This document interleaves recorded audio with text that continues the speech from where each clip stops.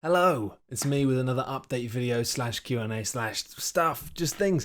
I'll split it up in chunks though. If you just want to see the kind of technical Q&A bits, then go to whatever the time is here. And if you just want to see the Q&A bits, the questions, then just go to the bit here.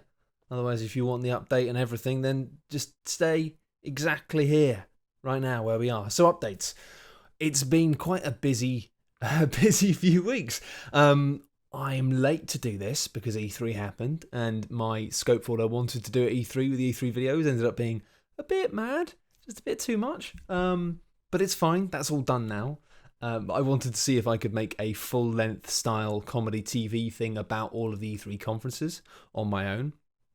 And the answer to that is yes, I can. But if I want to do that for all of the shows, pretty much all of them anyway, and make it of a high quality, then is it going to be timely? Is it going to be... No, and the answer is no. It wasn't. So it was a bit late, and it didn't help that I had to go to a stag do for my dear friend's stag. But hey, that's the life. Anyway, it was done. It was good.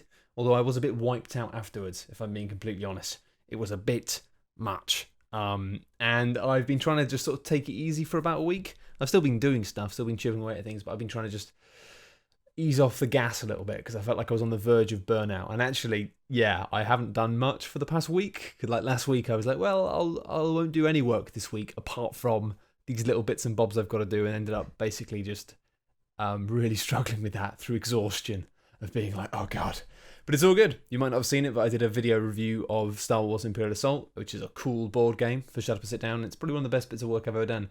So do go and have a look at that if you haven't done so already, and I might even show you a tiny bit of that in the technical kind of Q&A update bit.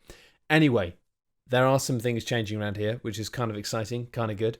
Because the third reason why I've actually not been doing a huge amount of work lately is because I'm getting things ready for something a bit different. Now, I've been talking for a while about the fact that I want to work with people more often, and I kind of on the verge of having something for that that's going to work. So what we're going to see in the near future, I'm not sure exactly when it'll happen, but I'm pretty much 100% sure now that what's going to happen is I'm actually going to change it so that my YouTube channel and my Patreon are actually not just me anymore. They're a thing. What that thing is called, I don't know. I'm still working that out. But the idea is it won't just be me, it'll be me and other people doing things. How's that going to work in terms of lots of things? I don't know. Well, we'll work it out. But I think it's going to be really good. Obviously, I'm sure there'll be people who have questions about that. And hopefully, when I do actually properly talk about this and properly explain what the deal is, most of those questions will be answered immediately. They'll just be like, oh, okay, I get it. But I don't think anything's going to dramatically change. I think it'll still be that you'll get similar things on my channel. You'll still get a lot of the same stuff that you like, but you'll also get stuff with other people more often. And hopefully, you'll get some new stuff. And hopefully it'll just be a bit more dynamic, a bit more exciting, and also a bit more frequent with stuff, which should be really good. But I think I'll just enjoy it more as well. It's been a really interesting journey for me using kind of Patreon and making videos on my own, but I feel like working on my own, I've done that enough, and I'm looking forward to kind of starting a new chapter and taking what I've learned from it and taking what I've grown really good at and taking kind of like the place I've fallen into, because I do think recently with the work I've been doing that I've found a kind of rhythm and flow in terms of what I like doing and what's good, but just be able to refine that and just be able to explore and push myself a bit further whilst working with other people. So I think that'll be really exciting, and I hope you're excited about that too. Obviously there will be some people who will be a bit like, oh, I don't know how this is going to work, like, you know, are they going to be, oh, I just kind of, you know, if there are going to be people out there who just like me and they just want my stuff, and that's cool, but hopefully people overall will respect the fact that I am doing this because I want to, and because it's something which I think will make me happier. So, yeah. So hopefully that will kind of counteract the first point. But hopefully it should just be great. In terms of how it works with money, that's kind of got a bit fuzzy, but it'll probably be fine. Initially, what will probably happen is it'll be pretty much the same, of it being as if it's my outlet, as if it's my channel. So most of the Patreon money will be going to me, and I'll be paying other people money to do stuff on my channel. But then we'll see as it goes on. It may well end up being a kind of more joint thing. So yeah, it's kind of complicated, but I guess this is the nature of the beast with this stuff. It's all very Wild West, all very new. So it feels to me a bit strange to be taking something that says Matt Lees on it and then just scribbling out the Matt Lees and writing something else. And I'm sure that there will be some sort of fallout for that and some people who won't like that. But, you know, what else are you going to do? You know, it's either that or just work on my own forever indefinitely. And the important thing is that I'm bloody excited about it and I think it's going to be really good. And I think that when we actually properly announce what we're doing and explain more about it and show you what it is and have some examples of what sort of thing we're going to be doing with it, I think you're going to be pretty excited. I think it's going to be the sort of thing where you're going to look at this and go, hot damn, or something equivalent to that nature. Anyway, apart from that, things are good. As I say, I'm working on lots of different bits and bobs, and I've also been working on just some different things. I've been experimenting a little bit. I felt like after E3 videos, I felt a bit burnt out. So, because I'm an idiot, I thought, well, let's just take a few days out to do nothing, just chill out, not do any work. So what did I decide to do? I decided to teach myself to program in Game Maker, which has been great fun. And yeah, I mean, I don't really know how far I'll progress with this, and I don't really know how much I'll end up getting into it. But initially, I really like coding stuff. I really like playing around with it, and it's this realization that actually I can make. I enjoy After Effects because I can conjure up things into existence, and Game Maker is kind of an extension of that, of being like, hang on a minute, I can conjure up interactive things into existence. So I'm finding that very interesting. And this isn't really me talking about work, this is me just talking about my hobbies and what I've been doing. But hey, a lot of you guys, people especially who fund the Patreon I've been doing, are technically kind of paying a big chunk of my wage. So why don't I show you my holiday snaps? It's just my holiday snaps are boring because they're me playing in Game Maker. So yeah, I'll show you actually. I'll show you really briefly. I'll show you a tiny bit of what I've made. It's crap, don't get me wrong. It's not good, but yeah, might be of interest to some people. Just as of being like, this is what I've managed to achieve after about maybe 3 days of playing with Game Maker. So here you are. I've got lots of enemies that are all like splatty things, and I shoot and they go splat. And that is about it at the moment. That's taken me ages. But I've never done it before. And I think once I add some sound effects and make it so that the gun doesn't fire constantly, it'll be quite cool. But it's got this idea where like there's a camera zooms in. So the more you shoot for, the camera gets really claustrophobic. And then if you shoot for ages, then it's not fixed at the moment. But the idea will be the camera will be like locked in a bit. So it's this idea of like building up a level of stress. Because I've been under a lot of stress lately. And I think stress is a really fascinating thing. And I think it's in the same way that we use the same word for depression to mean like, oh, I'm a bit sad, as we use the same word for the mental illness of depression. I think the same thing's true of stress, and the fact that people go, oh, I'm a bit stressed, and it means like, oh, I've got like too much work on or something. But also stress means like you're actually undergoing some kind of quite serious like mental impact, which is having a physiological and psychological effect on you on a day-to-day basis. So I think that idea of build up of stress is an interesting one. So I'm not saying that my game that I'm making there with the little shooter is going to be some sort of like thinky thought piece gone home, etc. Sort of like, oh, that's make you emotional or anything like that. It's just I just think that the way it builds up, and you have to you can't just get rid of it, and you have to have something that you have to kind of deal with and very gradually manage. Is just interesting, and I think I'm not sure whether or not that will be fun. is a really good question, and if it's not, it'll probably just get ditched and just be a game about shooting something. But yeah, it's fun to play around with, and I found it interesting actually. Just very basic messing around in Game Maker has made me realise that there's a lot of stuff you can do with it, and it starts to open my mind in terms of ideas for the future in terms of things I make and the sorts of things I make. Because it's not necessarily I'm going to be making games, but if I have an idea in the future where I think I want to do something which is about games and is funny, then perhaps we could get to a point where actually rather than creating a video about it, I could make a very little thing that's an interactive thing.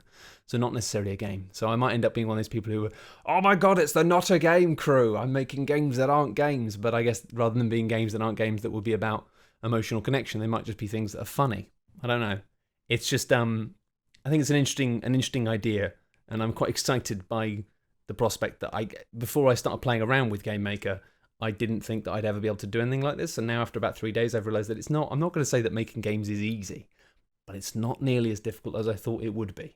And actually, once you get your head around the basics, you go, hang on a minute. I can do loads of things whilst just completely bypassing anything complicated, because there's real scope for crazy stuff, but you kind of can fudge it if as long as you allow your design to be shaped by the fact that you're terrified of doing anything complicated. So that's not really anything in the pipeline, but that's kind of my hobby at the moment. I'm enjoying playing around with this. If it does come to be anything, like if it comes to the point where actually I keep doing it and I keep doing it and make a game, then yeah, like, you know, that would be awesome. But we'll see. For now, it's just a fun thing, and hopefully something which I'll be able to take what I learned from learning to code in Game Maker and maybe then get a better understanding of code so that I can do coding in After Effects in terms of expressions and all these things. But it means I'm having to learn maths. This is my hobby now. Like, I get up on Sunday morning and have to learn maths. Apparently, I've had some great advice on this. Khan Academy, I think it's called, is great for learning maths if you are an adult who needs to learn maths. And also, obviously, I have been learning to use Game Maker using the tutorials of Pentadact. Who's obviously, that's what it's called on Twitter. My brain's frozen. I know his name. I know him quite well, but I don't know him that well. But I know him well enough to know his bloody name. But I don't remember Pentadact. He's the guy who made Gunpoint. Everyone knows his name. My brain's just broken, but it's fine. So I'd recommend those things if you are interested, because you can do it. I'm rubbish at maths. It's the one thing I'm rubbish at, but you can do it. So anyway, now I'm going to talk a little bit about how things got made last time. Now, this is not going to be the most exciting thing in the world, because I'm going to talk very briefly about the process I used for all of the abridged videos this year, in terms of how I actually physically did it, how I actually made this series, basically, which was then chunked together to be a big bloody thing. Now, again, this is not terribly exciting, so I don't blame you if you just switch off at this point, but lots of people said to me when I did these, they were like, how have you done that? How have you done that? Because it was a large body of work produced in quite a short amount of time. And it might have seemed to some people like it was a long amount of time, but that was mainly because I was on a boat for about 6 days in the middle of that. So I didn't have any internet, let alone any computers or anything. So in terms of the actual hours, it was a huge amount of work. So really, it came down to having to have a sense of process before. And again, not only is this boring, this is very much kind of like, you know, people enjoy sausages, but sometimes you don't want to know how they're made. Because this is a little bit boring, but it may interest some people if they're interested in video editing and the process.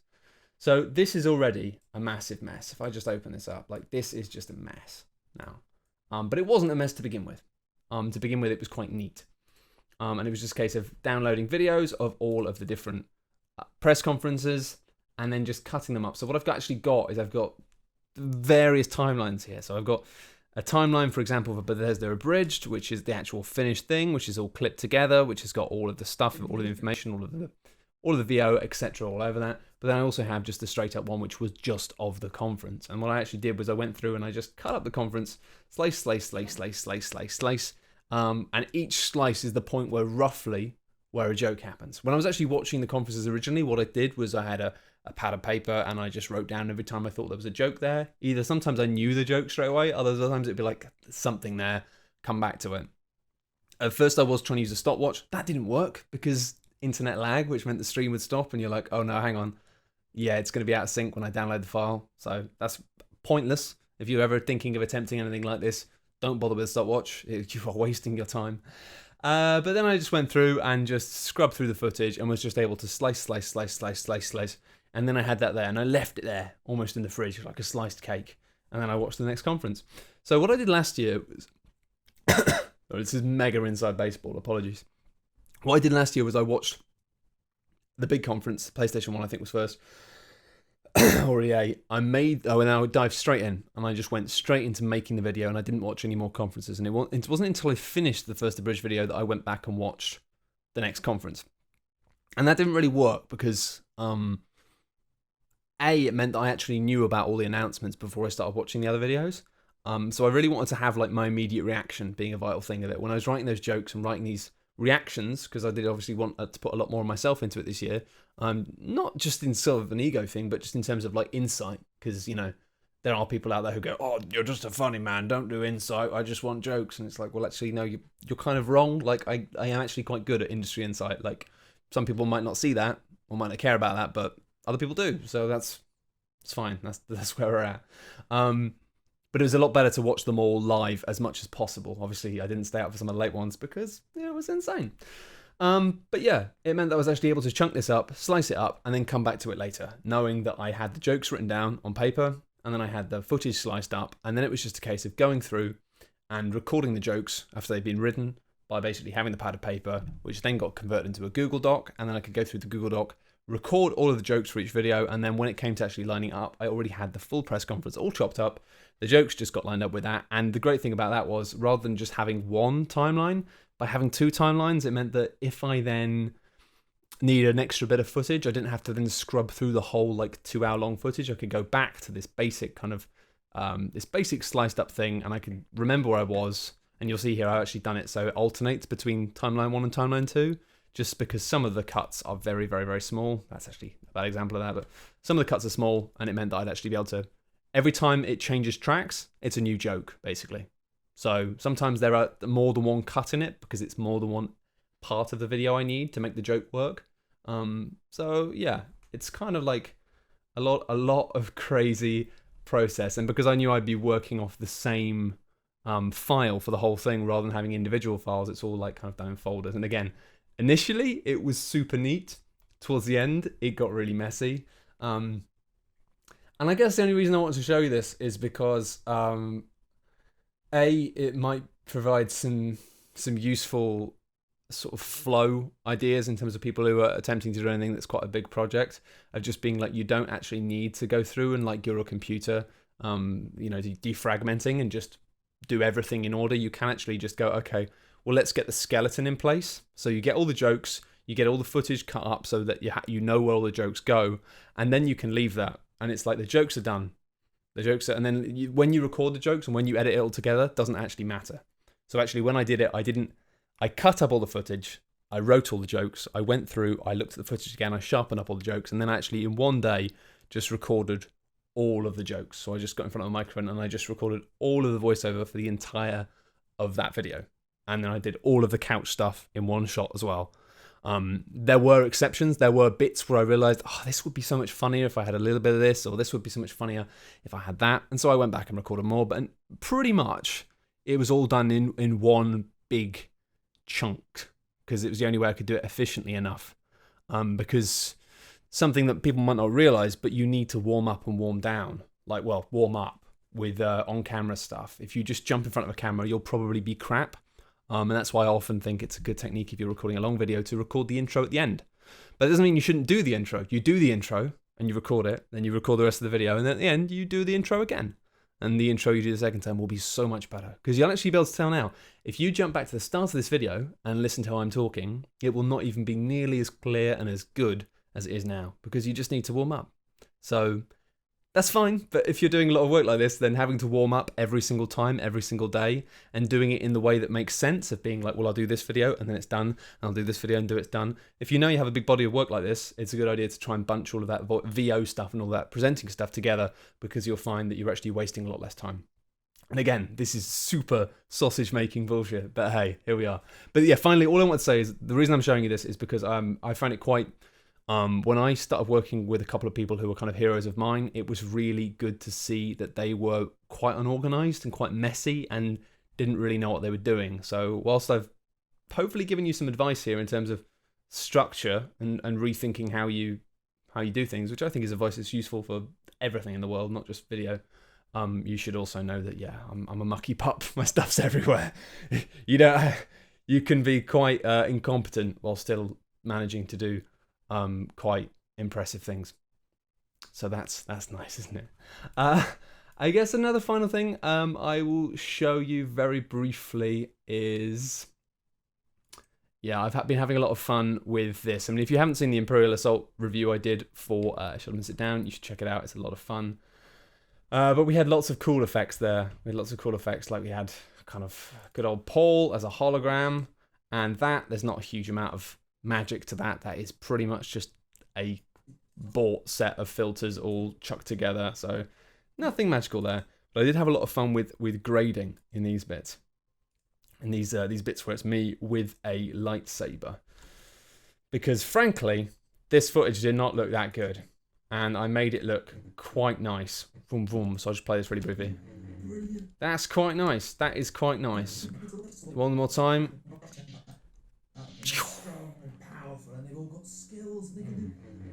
That's nice, isn't it? But actually, it wasn't that nice because I've made it look as if I do actually own a toy lightsaber because you know. But it looks here as if you're kind of as if the light from the lightsaber is really kind of in your face, like actually lighting up the room. It isn't. Like it's not actually that bright, and the room is not actually that dark. So really what we've got going on here is Colorista, which is a really nice, I mean, most stuff you can do in this, you can do in other things, but it's a really nice kind of color toning thing. And yeah, I mean, if I switch this off, it's quite a dramatic difference, and it's basically just being able to jump that up a lot. So I've been really getting into color grading recently. So that's a sort of interesting update for you. I'm very slowly making my way through a lot of video process in terms of like getting good at lots of different elements of it. And color grading is my thing at the moment. Color grading is my latest kind of mega hobby. So yeah, again, you can see here that what we got going on. Switch this on and off. Yeah, I mean, look at that. That's what the footage looked like. Now, if I just play this back for you, it's just such a dramatic kind of difference. So that's a bit rubbish. That, I mean, that is astoundingly rubbish. Look at that. That is just a dickhead in a dressing gown swinging a toy lightsaber around. But then again, you know, by bumping up the coloring on that, by basically just making it so that we've got like the midtones become a lot redder, the highlights become a lot redder, and then just crunching down, just kind of getting a lot of crunch in terms of like, you know, you've got the curves here. Curves, I love curves. Being able to boost up all sorts of things. It basically means creating detail that wasn't there. And it's, I mean, obviously it's messy as well. This is messy as hell. It's like creating all this background fuzz, but it's quite pleasing and it looks awesome. So that's my kind of boring, kind of behind the scenes video tech update. Although one final thing actually is somebody keeps asking me, it's one of the questions that I'll get to in a minute, but somebody was asking me about how I get a good key and how I use my green screen. This is a two-part answer. First of all, my green screen is not green. That's my green screen. I might have mentioned that before, but that grey thing there is my green screen. It's kind of made of magic or something. It was quite expensive. I bought it in a moment of madness when I first left Video Gamer because I had a little bit of money to one side, and because I was using green screen so much at Video Gamer, I kind of thought I need a green screen, and there were no green screen solutions I could use in my room, in my old house, because it was such a small room. Now I've become a lot more open-minded about how I make videos, so I'm not afraid of the idea of just, you know, I'm not afraid of like just having things like this, or having shooting bits in my living room, or shooting bits outside, and I might even start doing more of that in the future, and still actually having green screen, but using green screen more for fun things rather than being like, hey, here's me on a cool background, because I don't need to do that. I don't think it's useful, but I'm not as reliant on it. Anyway, it was magic, and it uses LEDs, and it bounces green light off of the screen and back at the camera. And yeah, I mean, I would recommend it. It is an incredible bit of gear, but it's also extremely expensive. So if you're not actually kind of working in video production, then I wouldn't bother. The only reason I convinced myself I could buy it is because I bought it second hand, so it was a lot cheaper, and they do seem to retain their value quite well. So I kind of thought, well, you can always sell it and you'll probably get pretty much the same money back for it. So that was my excuse. But I'm just terrible with buying toys. I'm a lot better than I used to be, but that's my worst one. It's my my guilt. But hey, it might make me guilty, but at the same time, it allows me to do things like this, which again was a part of the Star Wars video. So let's just take this audio off because it's got John Williams Star Wars music in it, and he'll kill me. Well, not John Williams, but look, ba-ba-da-ba. Hilarious, isn't it? It's my face in space. Hello. So that's pretty funny, basically. So Yeah, that's the thing. So this is green screen footage, and actually I can very easily go back and show you what this looks like. So there we are. That's what my face looks like. Sure is, sweetheart. How is this keyed? This is actually keyed pretty badly because, as you can see over here, with space over here, I didn't need to key it well because it's black. So you know you're learning about space here. This is fantastic. However, how I've keyed it, basically, is, if I go and show you the settings on this, I use Keylight. Now, you can key in Premiere, but it's not quite as nice, so I tend to key anything I need to in After Effects. So if I have something in Premiere, I kind of send it to After Effects as a composition, key it, and then put it back in. It's a bit more work, but I'm becoming increasingly a really pedantic arsehole, so I like it to look nice. Anyway, Keylight is really nice. It's really simple. I will remove all of that stuff. Source. Yeah, as you can see actually here, I'm using a mask as well. So I've used the mask here because of my chin, because I'm not actually a floating head, I'm a human with a body. So if I get rid of the mask on that as well, how do I remove this? None. Okay, so here we go. So actually what the footage here looks like is it's me holding up another bit of this magical material which reflects the light, and then having a little clip mic handily put onto that, knowing that I was going to mask that out, chop it right out. So the footage is me just standing there like an idiot, smiling, and then as you can see, there's a bit of neck, but I've cut that out with a mask with a bit of feather. Anyway, Keylight, very simple. Basically a case of, if we just do this, then basically you choose a dropper, choose a bit of green, and then you just go, that's pretty much most of it done already. But then the thing is, the thing about Keylight rather than keying in other programs is it gives you a lot of control over stuff. So you've got things the only things you really need to know about are pre-screen blur, which is usually just set between 3 and 5. All that does is it just blurs the background before it screens it, just makes it a bit less noisy if you've got a bit of fuzz. And then you just toy around with clip black and clip white until you've got it right. So actually I did it badly to begin with, but if I bank this up a bit, then I can see already some of my hair's coming back. If you've got fuzzy hair like me, then this is fine. And actually, what you tend to find is you just keep playing around with it until you find a middle ground between having the detail that you need there, but also not having too much of the background. And then the final part of this puzzle is here. This is called Replace Color, and basically you can choose what color you want. Now, I wouldn't recommend choosing a really bright color, but what you want to do generally is just choose a color that is similar to the background. So let's say I'm going on a blue background, just have a light blue like that. You can choose hard color or soft color. I almost always choose hard color because I don't know why, but soft color causes a kind of graininess, which is really, really unpleasing. And the final thing is screen shrink / grow. I usually, because I've got big boofy hair, I find that if you leave there's no edge there, that you can see a lot more blue around the edge, which is not a big problem if we've really nailed the background. If you've got a background that's got quite a consistent tone, then yeah, you can basically means you can keep all of that lovely hair detail without it looking bad, basically. But I tend to have a bit less, so -3 or so.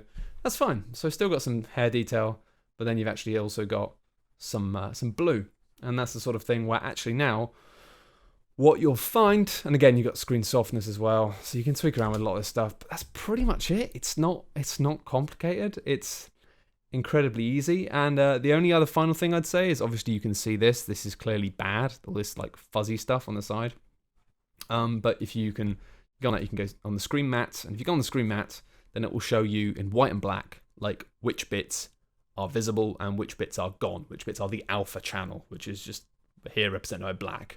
And alpha, for those who don't know, just means nothing. It just means like there's nothing there. It's see-through, it's transparent, and that's where the fun starts. But that's really clean there because you can see it's just completely black. But often, if you get that speckliness, it sometimes shows up in videos. When you overlay, you get kind of weird fuzziness, like a grain, and that's because without checking the screen matte, if you just check the final result, you might think, oh, it's fine, but actually it's because you can't see there is stuff there. And that's it. So I mean, obviously this is nice. If I remove that mask back, no, not subtract, that's my head gone. If I change that back again, and then I go back to this, then obviously that's not good. You can see now like that blue around the edge of my hair. But let's just say I go for a new solid color and make it like roughly the same sort of blue, like a nice sort of that sort of color, boom, boom, boom, boom, boom, and then whack that behind. But then, yeah, this is a cheat example. But look, I mean, ba da ba ba bam bam bam ba bam, super easy. I haven't even like really, yeah. And then that's easy. So that's how you do it, basically. I mean, the long and short answer is, how do I get a good key? Is I use After Effects, but Keylight and those things I've just talked about, those are the things you need. There's loads of other settings you can mess around with. Don't know what they're for. Doesn't matter. Probably not, unless you're in Hollywood, in which case you should probably know. Anyway, let's do some questions. So Martin Brennand asks, how do I kind of keep churning out regular videos? He says you must have a reasonably good work ethic, which is funny because he asked this question 20 days ago, and I said I'd get this video up in about a week. So I haven't got such a good work ethic, mate, because this is incredibly late. But he says, what does the first hour of your day look like? Do you stick to a routine, or does it entirely depend on what happened the night before? It's difficult, this. Generally speaking, it's different. Yeah, some days I just get out of bed and I'm not quite right and I'm fuzzy and I don't really do anything. Other days I get out of bed and it's like coffee and I just nail stuff. I don't really have a very good routine in terms of being like consistently doing the same things every day or consistently having plans, because I'm pretty scatty. I think my work ethic only works because I generally can't stop working. It's not that I'm that organized. I don't stop working. And some days I don't work very well, and some days I work very well, but I never really stop. So, yeah, that's kind of how it works. And that's, case in point, the fact that I decided to I'll take the week off, don't do any work, and then ended up like learning to code for 3 days. It's like, that's insane. That's not what people do to relax.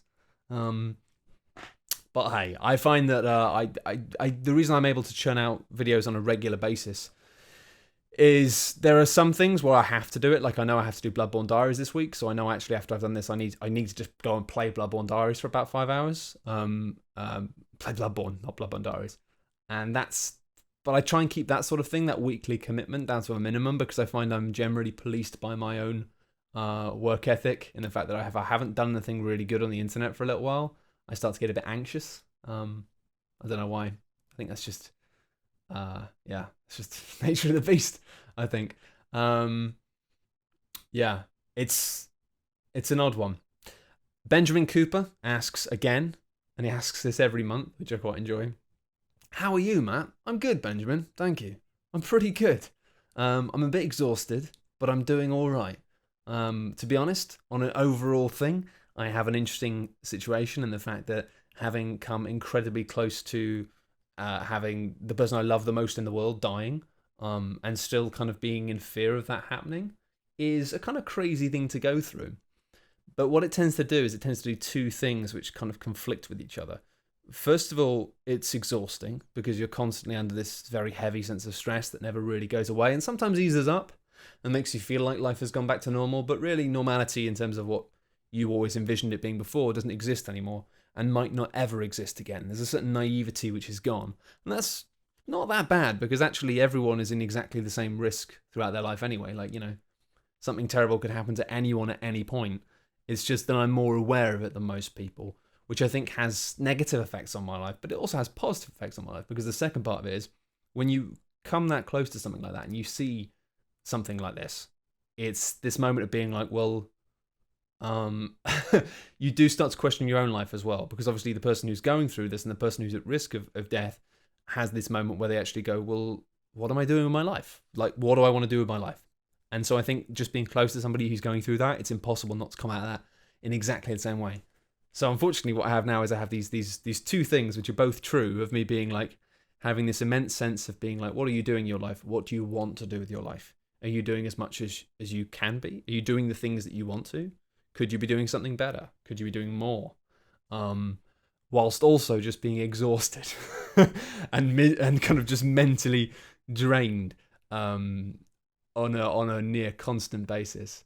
So it's an exciting time mostly, to be honest. It's still a very difficult time a lot of the time, and it is, some weeks are more difficult than others, but it's also quite exciting because I do feel like invigorated by a sense of this flirting with mortality has given me a bit more direction maybe, and I am quite feeling like I want to take over the world and bite a big chunk of a massive cake and do new things and be the best. Not out of any sense of competitiveness, but out of a sense of realizing everything that I can be. And that's quite exciting.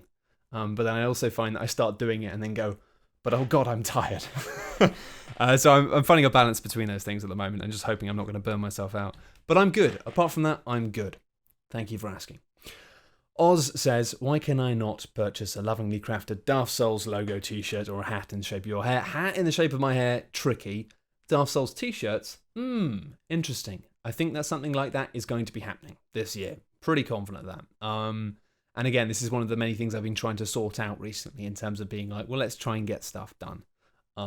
Sorting out new stuff, as I talked about at the start. Going to be changing the YouTube channel, changing the Patreon, making it slightly different, making it slightly better, and more expanded, which is going to be cool. But hopefully part of that will mean Dark Souls will be more regular and more consistent. And hopefully, yeah, I think that'll get better too. But Dark Souls t-shirts, there's demand for it. I want one personally. And because I want one personally, it means that they have to be designed and cool enough that I would wear it out and about. Like, I don't like having a t-shirt like that. That's my rule. Like, I don't like to buy t-shirts that I'm going to sleep in. You know, I get t-shirts and eventually I sleep in them. I don't want to buy something and be like, oh yeah, but I probably wouldn't wear it out and about. I want to have something that I can have on my chest and be proud enough that not only that it's like, yeah, this is my podcast, but also like, yeah, this is my podcast and this t-shirt is fucking cool. So that's on the list. It's happening. When it'll happen, I don't know, but it should be happening in the next few months. So that's cool. I'm happy about that as well. Kyra J asks, did you enjoy playing Her Story? What do you think of similar, if there are any games? I'm sure there are similar games. I think FMV stuff is making a comeback just because high quality video is something which is a lot more affordable than it used to be, and also people have realised that FMV wasn't necessarily bad, it was just that the acting was bad. I think it's a cool thing. I enjoyed Her Story, not without caveats, but I very much enjoyed my experience playing it. And I'm hoping that we get more things like it. It's not perfect, but it's the sort of thing where I go, I'd play more things like this. I'd play more games that I can do in about 3 or 4 hours that are video based. And yeah, so I don't know if there's much more out at the moment, but I think there's more stuff like it coming. And I'm really interested to see more of it, because I think it's a genre which got sort of held up as being like, this is the future.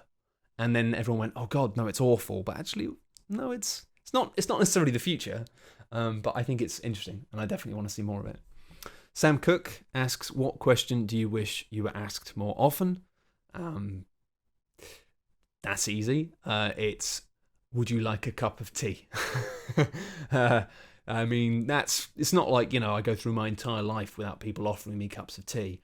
But generally speaking, I spend most of my life working, and I spend most of my life sitting here in front of my computer doing things, whether that's editing podcasts or writing scripts or editing videos or whatever. Like, and when people come through that door and say, would you like a cup of tea? That's like, yes, I would. So yeah, that's an easy one. Michael Davin says, could you talk enthusiastic about music that you like? Sure, why not? What have I been listening to lately? I've been listening to Rat-a-Tat a lot more. Their new album is basically just more Rat-a-Tat, but I saw them at Primavera Sound and they were amazing. And I was practically sober at the gig at that point, but I was still throwing myself around like a nutter because they are just beautiful, wonderful, amazing. So that was great. And what else am I listening to? I've been really getting into Animal Collective. They are horribly hard to get into, but I listened to all of their stuff obsessively and found about the 10 tracks that I really like, and made a little Spotify playlist of just those tracks, because I'm like, these are the really good ones. So I got really into that for a little while. I've been revisiting, what they called. I can just bring Spotify up here and cheat, can't I? I've been revisiting I can't remember, these new Puritans, just because they've got lots of loud drums and that's pretty intense. But I've been trying not to listen to too much stuff like that, because whilst I like my kind of very loud, intense stuff, I find at the moment, because I am dealing with a lot of stress and sort of anxiety problems, I'm having to kind of keep that under control. And so I kind of think, oh, maybe you should listen to something a bit more chilled out, dude. Maybe that's going to help, you know. You don't want to be constantly on full steam. And so actually something I've been listening to, which is a great album, is Inji by LA Priest, which is a really nice one. It's the guy who used to be in Later the Pier, and he's back with something a bit more chilled out. And it's really, really very nice. What else have I been listening to? Finally, I guess something else which I've been really enjoying is a guy called Baxter Jury. Really chilled out stuff. I think it's the son of Ian Jury.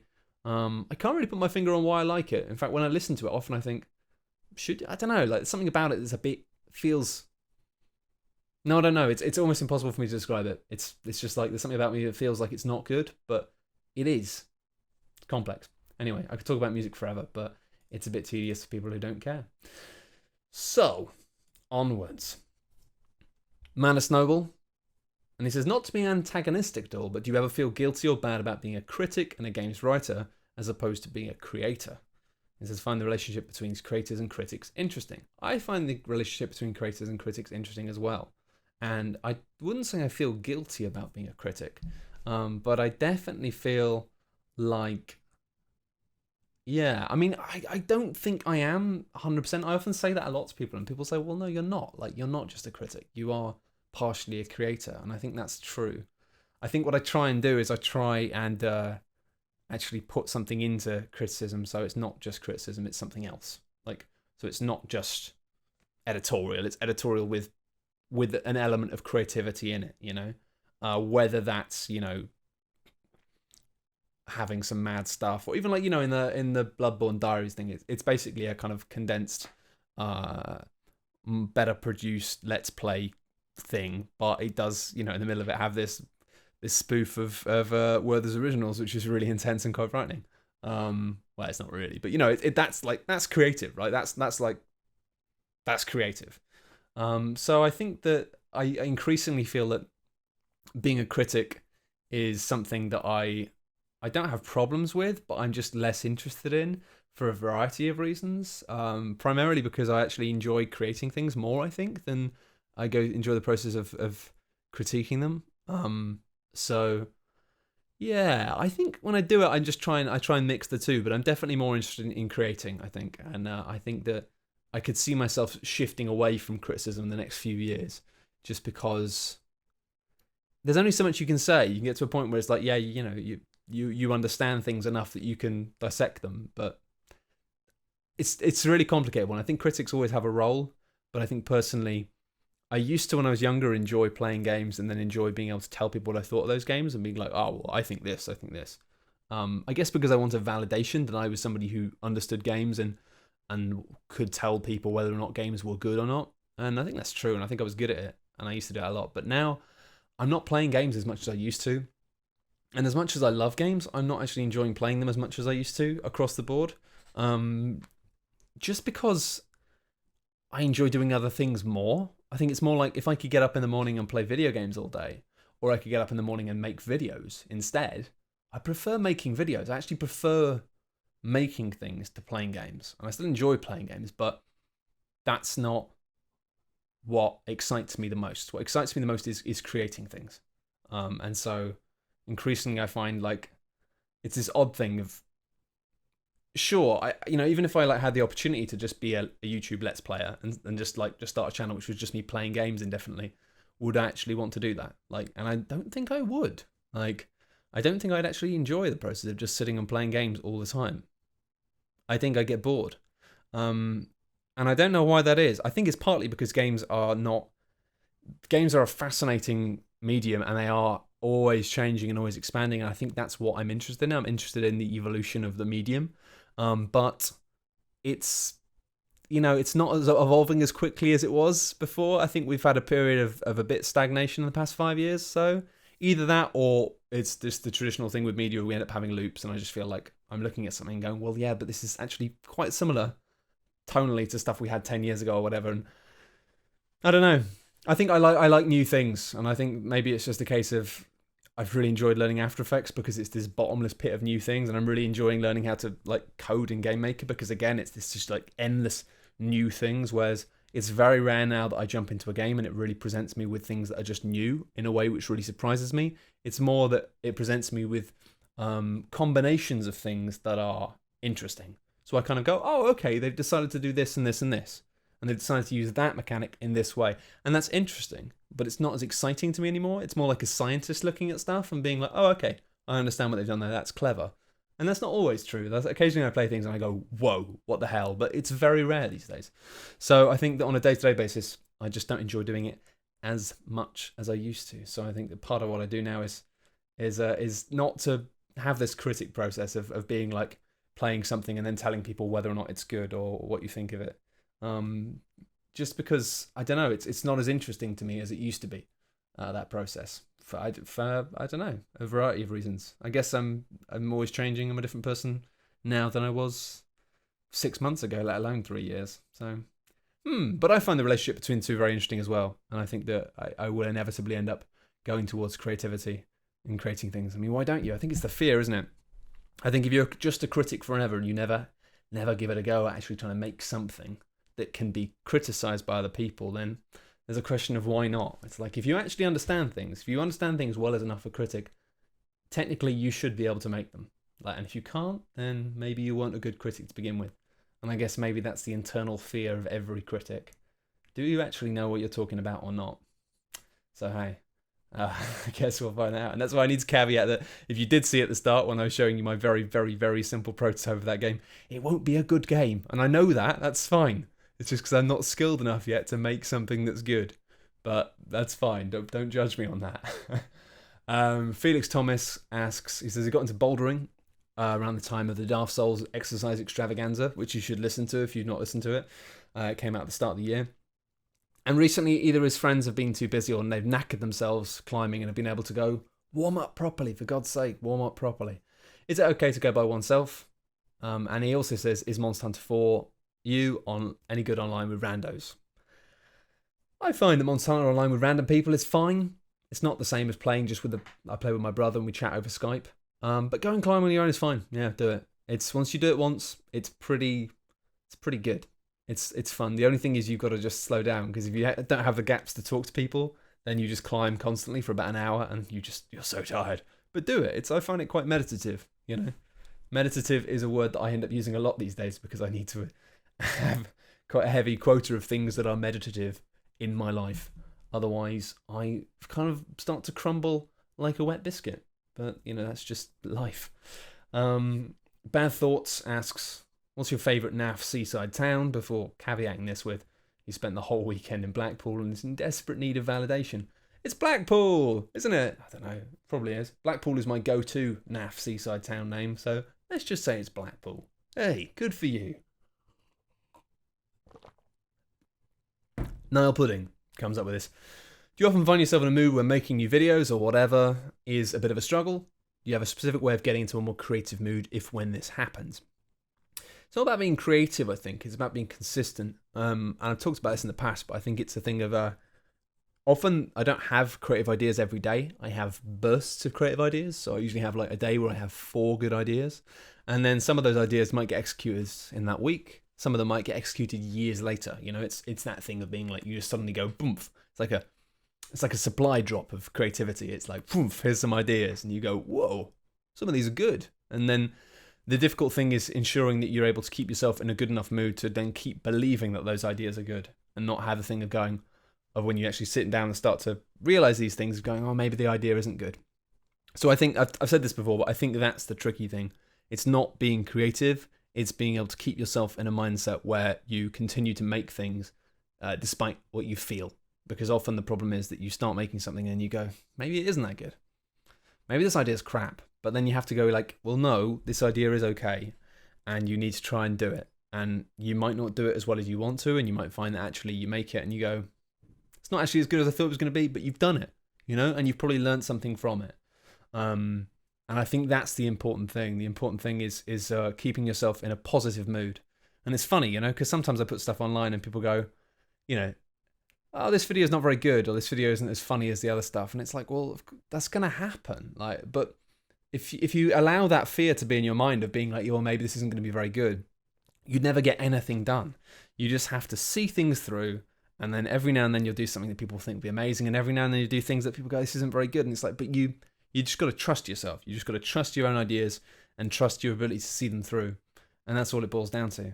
But actually, even in terms of feedback, like, you know, you have people who'll be like, the amount of times I've noticed over the years actually now that there'll be people who'll be like, this is my favorite video that you've ever done.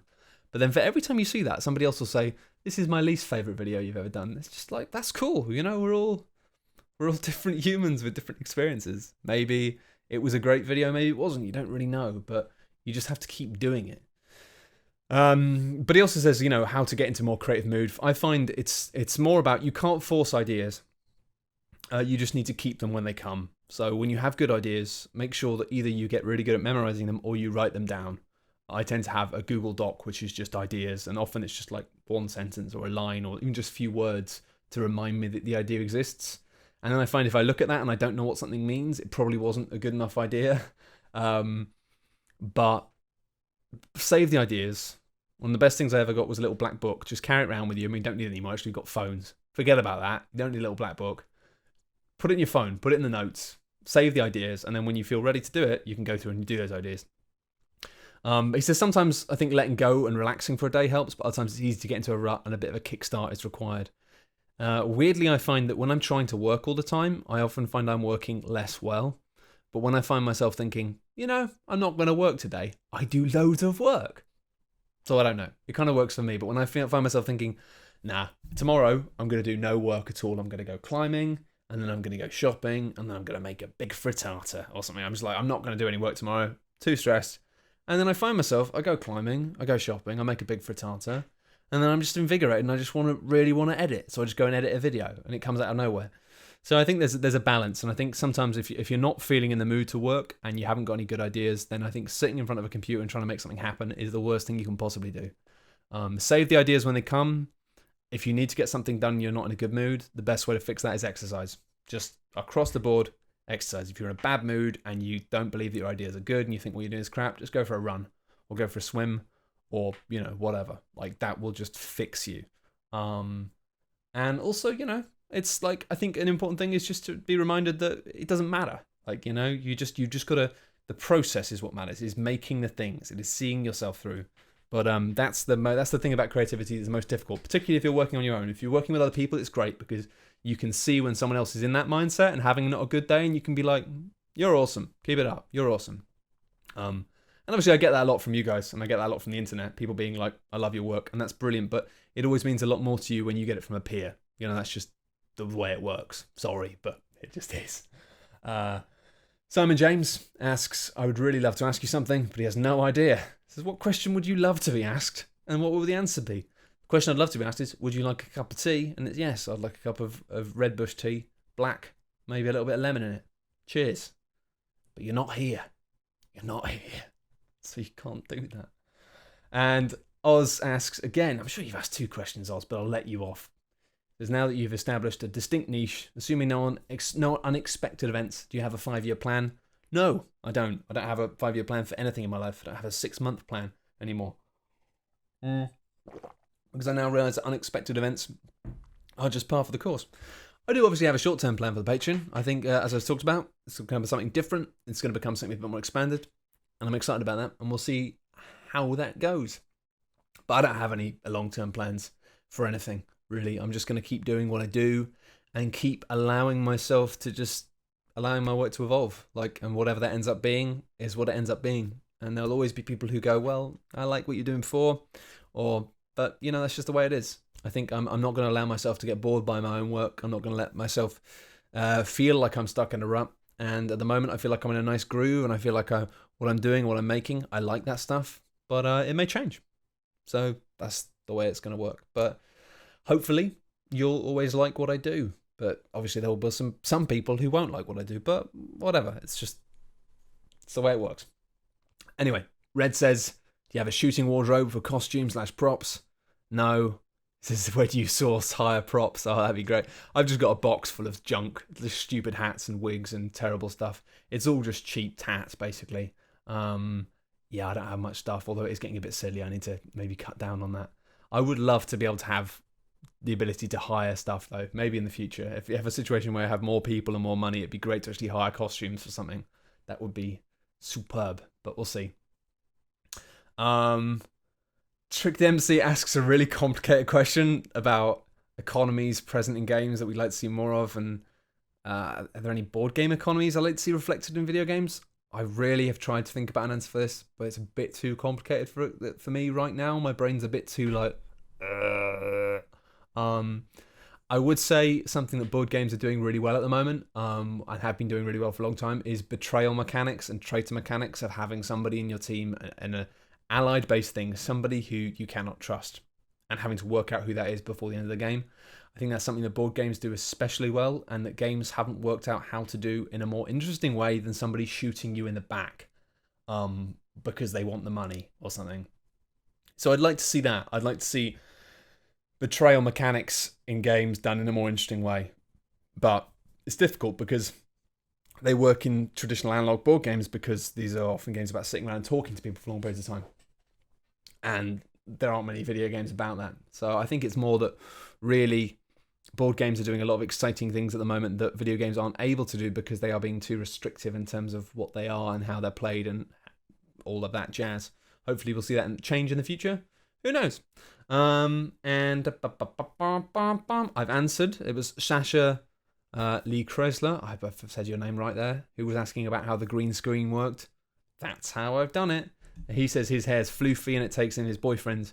Her boyfriend's hair is floofy and it's a nightmare to key. Yeah, it is. Keying floofy hair is a nightmare. But I think that thing I talked about in the thing of being a hard light, changing the background to be the same as the background color, that makes a massive difference, because it means that rather than actually keying, rather than actually deleting the hair, you just get it to make the green bits that you can see through your hair become the color of whatever's behind you.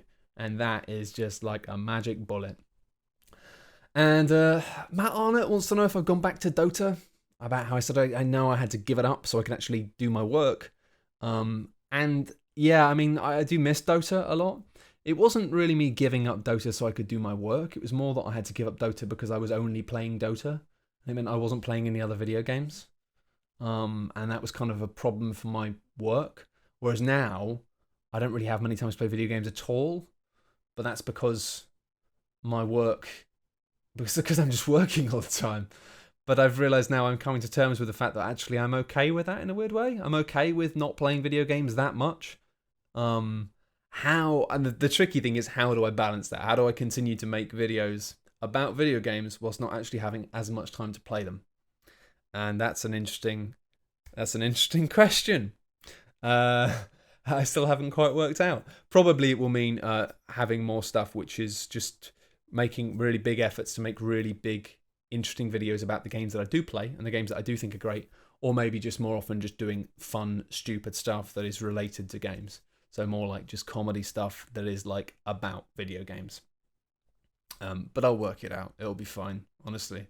I guess stuff like the Witcher 3 Pan video I did is a really good example of that, actually. In fact, I really want to play The Witcher 3, but I just haven't had time. So that was a way of me doing a video about The Witcher without actually having time to play it. And yeah, I think I've actually got another Witcher video I'm probably going to make, which again is something which I don't have to have played the game to make it. So that's good. I guess like this is a weird one. I guess some people might be sitting there going just absolutely horrified by this, being like, what do you mean you're not playing games? What do you mean you don't have time? I just don't have time. Like, you know, I'm trying to I'm trying to have a life where I actually see my friends, but also have a life where I spend a good amount of time with my girlfriend. My girlfriend now has quite a specific diet kind of requirements, and I'm the kind of the cook of the house, which means I'm spending a lot more time cooking. And again, that means like I'd like to do more cooking videos, but a lot of the stuff I'm cooking at the moment is pretty much just like recipes for cancer survivors, which are not the best. I mean, they're quite good, some of them, but it's not, yeah. And I'm not quite good enough at it yet to, but yeah, I've got that stuff. I also like climbing. I also like board games, and I've also I've taken on quite a lot of work, and now I'm getting into like trying to learn to code games. So it's this thing of being like, do I have time for a 40-hour RPG in my life now? Probably not. Will I ever have time for it in my life again? Unless I just stop working completely? Probably not. And yeah, I guess I'm coming to terms with that. But hey, I guess we all have to sooner or later. George Conway asks, Earl Grey tea, yes or no? I'm glad that somebody's asking me if I want tea. But sorry, George, I'm actually not a fan of Earl Grey. I mean, I'll drink it if I have to. If there's nothing else, why not? But it's not that good. And finally, when was the first time that you cried playing a video game? By Tom Blake. That's Tom Blake is the man who asked the question, not somebody who makes games that make people cry. Sorry, Tom, just giving you a really bad rap, or a good one. I think the first time I remember crying was playing a game was probably Final Fantasy VII, and it's one of those things where maybe I did cry before then. I just don't remember, and it's like that equivalent of when you're a kid and you think you remember riding on a bike for the first time, but actually then you just see a video of you riding on the bike for your first time, and you're like, actually, do I remember that, or have I just seen this video and my brain's told me that I remember being there? I guess maybe because people talk about Final Fantasy VII so much and people remember it so much that maybe my brain's just gone, oh, it must have been that. But I mean, I think I cried, but I don't remember. Maybe I just said I cried because everyone said they cried. Actually, you know, there's a really amazing piece about this, I think, by Lee Alexander about Final Fantasy VII and about this thing. I'm pretty sure it's by her anyway. About this idea of that you have, like, everybody thinks, like, lots of people think in their head that they killed Ruby Weapon and they killed Emerald Weapon, and they did all of the stuff because there was almost so much stuff to do at the end of Final Fantasy VII. It was so hard and it took so much time that everyone in their head kind of goes, yeah, I did all that. Because at school, I remember it was sort of a competitive thing of being like, oh, have you killed this? And be like, yeah, of course I have. Yeah, I've killed that, yeah. Oh, yeah. But then I think so many people lied about it that I think a whole generation of people have grown up believing their own lies. And this idea of being like, I think she realized that she was convinced that she had done it, but actually she hadn't. And she went back and was like, no, I didn't. Like, so yeah, maybe I've done the same thing with crying. But I can tell you a game that made me cry the most was probably Lost Odyssey, which is a frankly kind of subpar JRPG, which was on the 360, but it did have some really cool stories that were really sad, and they just made me cry and cry and cry. Recently, I think 80 Days has made me tear up a couple of times, and yeah, now I just cry at the strangest of things. It's just being an adult, you know. The world is just a strange place. And also I realised that when you're a child, you cry about things in a not 100% consistent way, but you cry at things in a more consistent way. So you cry at things because they're sad, you know. It's like something sad happens and then that makes you cry. But then I think so you have that shared experience, and I think that's maybe why the Final Fantasy VII thing was so powerful, is this being like, you know, everybody's like, oh, Final Fantasy VII, oh, of course I cried, you know, because it was this sort of, it was just a sad, unexpected shock, and it really hit a lot of people. But as you get older, your life is shaped of different pieces and shaped of different things, and you start to have a situation where things will make me quite profoundly upset that just won't even impact anyone else at all, because you're kind of carrying more luggage around, carrying different pieces of the world around with you.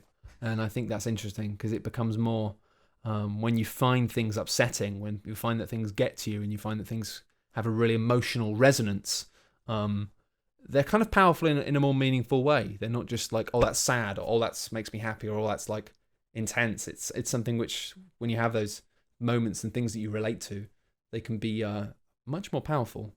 But I find that there's often a real disconnect between that, like between the sorts of people who like who are maybe younger, who haven't had as much life experience yet. They often aren't able to comprehend that idea. And I think it's that thing of being like, you know, oh, this I found this really emotional, it made me cry, is something that a lot of people would see as being like a kind of strange sign of weakness, rather than just a part of how what humans can be like, and rather than just embracing the fact that something got to them, you know. But I think that's a wider thing. I think that's something that, you know, I remember playing Gone Home, and I remember you know, it's interesting how a lot of the critics of Gone Home and stuff talk about how it's like, oh, people only like it because it's about, you know, I don't want to spoil it actually, so I'm not going to say, but Gone Home's awesome. I think you should really play it. I really, really, really love it. But there's an element of it which everyone just bangs on about being like, oh, that's why people like it. It's no, and it's like, well, actually no. Like, for me, it was a really powerful recreation of what it's like going home to your family home and it not really being your home anymore, and there being like relics of you everywhere, and being like, oh, that's mine, oh, I remember that, and oh, that's me doing something, that's a photo of me, and that's all. But this sense of being like, this isn't your house, this isn't where you live anymore, you know, it's a different place. So it's feeling like somewhere which is supposed to be your house, supposed to be where you live, where you're from to a degree, but also feeling like an alien there.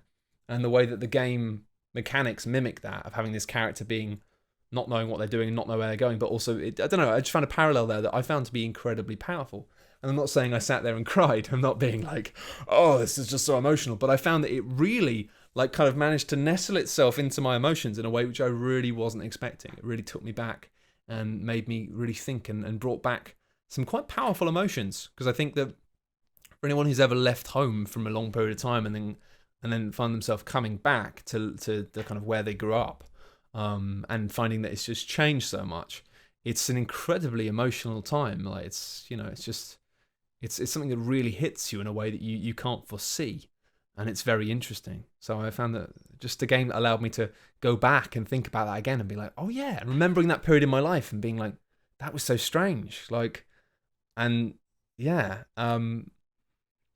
so yeah, I think that's how I tend to get impacted by stuff more now. Maybe because I'm cynical as well. Now when characters die in games, it's like, that's kind of obviously all going to happen, wasn't it? Whereas now it's the things that make me upset are interesting, odd. Sometimes things that just, you know, and that's true in real life as well. Sometimes things make me cry in real life and I'm just like, what the fuck? Like, why is this making you cry? But, you know, I mean, this stuff happens a bit more frequently now than it used to. But hey, you know, them's the breaks. Anyway, thank you very much for joining me. This has been a bloody massive video, but I want us to talk about lots of different things. So yeah, whatever. Chill out. And as I say, I'll have some updates very soon. Out of nowhere, it will just sort of happen, and it'll be like, boom, this is a new thing. Check it out. And then if you've got any questions about that, then ask at that point. Otherwise, just let me know what you think of the general idea. If you think it's a terrible idea for any reason, then yeah, I'm always interested to hear opinions on things. But if you think it's a good idea, then that's cool as well. Just let me know. If you're somebody who would be massively outraged and go, oh, I don't know if I like that idea at all, then yeah, just let me know why. You know, I mean, I don't want people being like, no, don't do that. Like, that's not useful to me. But if you have a reason why you don't want this to happen, or you wouldn't like that, then I'm not saying it will change what will happen in any way, shape, or form. But I will listen. I always do listen. Always do. Anyway, thank you very much for watching.